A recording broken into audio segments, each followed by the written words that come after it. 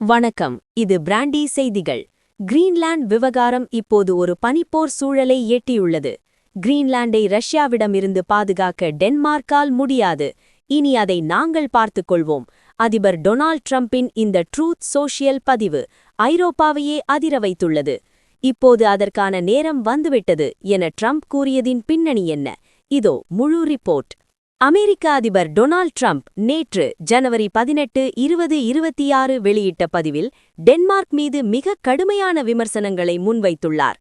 Russia அச்சுறுத்தல்: கிரீன்லாந்தில் ரஷ்யாவின் இராணுவ ஆதிக்கம் அதிகரித்து வருவதாகவும் அதனை தடுக்க டென்மார்க் தவறிவிட்டது என்றும் ட்ரம்ப் குற்றம் சாட்டியுள்ளார். கடந்த 20 ஆண்டுகளாக ரஷ்ய அச்சுறுத்தலை வெளியேற்றுமாறு நேட்டோ டென்மார்க்கிடம் கூறி வருகிறது.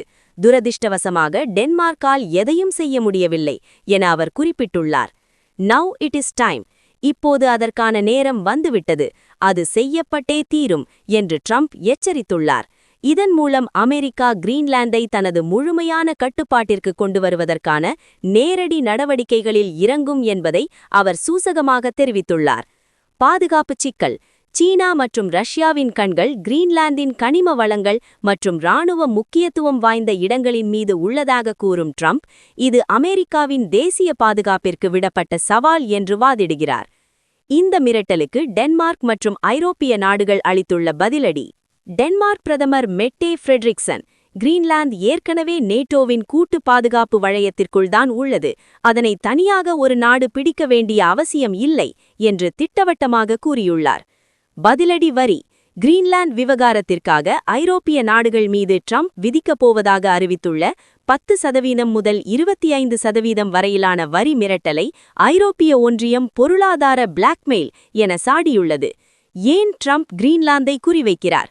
கோல்டன் டோம்: அமெரிக்கா உருவாக்கி வரும் ஏவுகணை தடுப்பு அமைப்பிற்கு கிரீன்லாந்தின் புவியியல் இருப்பிடம் மிக முக்கியம். கனிம வளங்கள்: மின்சார வாகனங்களுக்கு தேவையான அரிய வகை கனிமங்கள் ரேர் எர்த் மினரல்ஸ் அங்கு கொட்டிக்கிடப்பதாக நம்பப்படுகிறது. இந்த வாரம் சுவிட்சர்லாந்தின் டாவோஸ் நகரில் நடைபெறும் உலக பொருளாதார மன்ற கூட்டத்தில் ட்ரம்ப் நேட்டோ பொதுச் செயலாளரை சந்திக்க உள்ளார். அப்போது கிரீன்லாந்து விவகாரம் குறித்து மிக முக்கியமான முடிவுகள் எடுக்கப்படலாம். தொடர்ந்து இணைந்திருங்கள். இது பிராண்டி செய்திகளுக்காக உங்கள் ராகினி.